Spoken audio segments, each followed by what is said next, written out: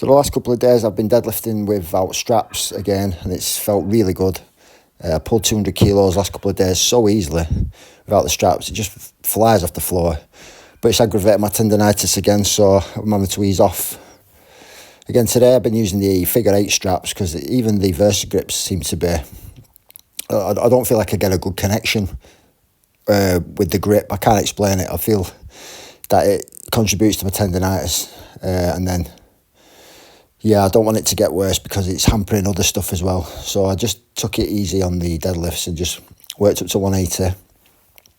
And then I was going to leave the conditioning today because I did a tough circuit yesterday. I'm very sore. I did some novel movements like some jumping lunges and stuff like that. So I'm very sore in the legs and the arms. But I've not done a burpee session for a while. So I wanted to do just a burpee session on its own. So I was thinking, let's go try. In my head, I had it, so let's get 200 in 20 minutes. Just one pump, so I couldn't face the 6 counts. They're a bit tougher. So anyway, I was going to pace it at 11 for the first 5 minutes. For minutes 6 to 16, 10 a minute, and the last 5, 9 a minute. And I got 5 rounds in, done 55, and I was just struggling.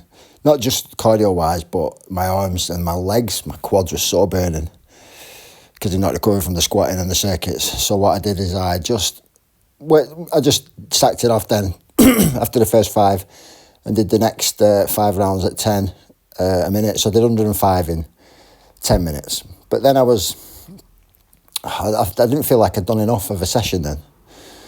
So I had a couple of minutes rest. I was wondering what to do, whether to go on the bag again. But then I thought, my aim is to get 100 one pump burpees in under 7 minutes. My best time 7 at a minute 11. Now, if I do one every 4 seconds, that's 6 minutes 40. So I thought, let's try and get 50 at that pace. So that's what I did. I managed 50 at that pace. And I think, obviously, if I'd done 100 before this, obviously I'd take myself out a bit.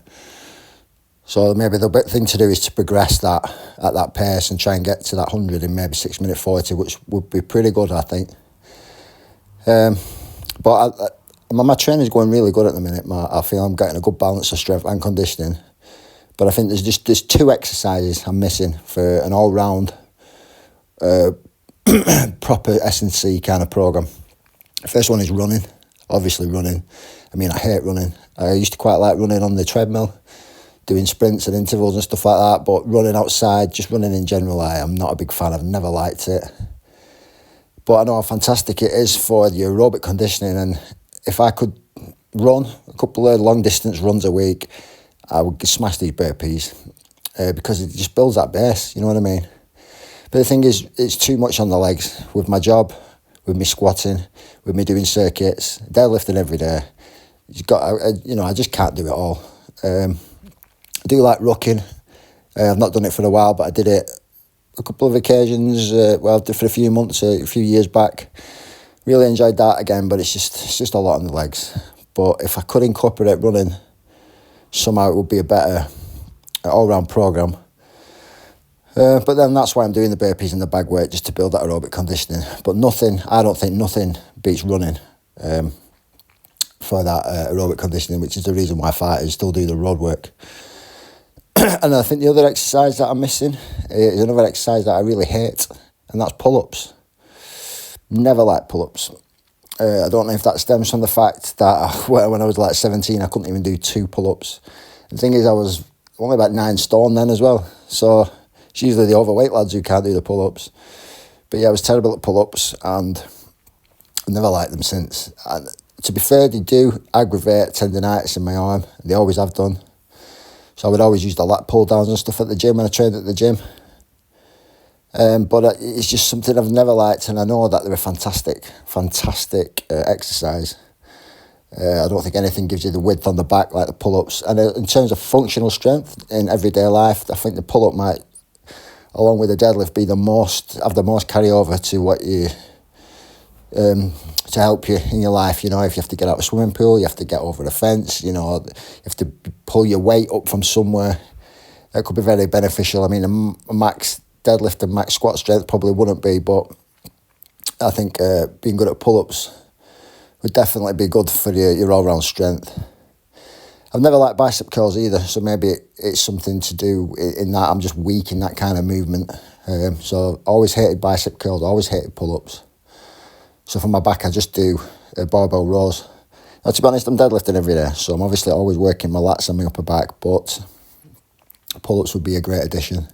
I have tried to do them occasionally here and there, you know, I've dabbled in them here and there, but yeah, just not something I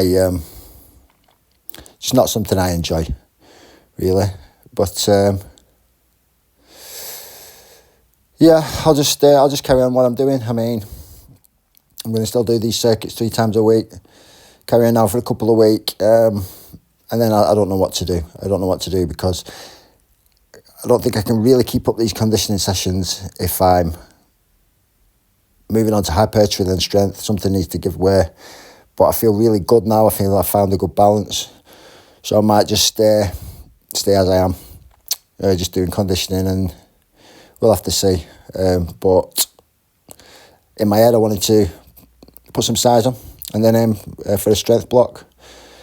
But if it means neglecting conditioning, then I don't think I will do.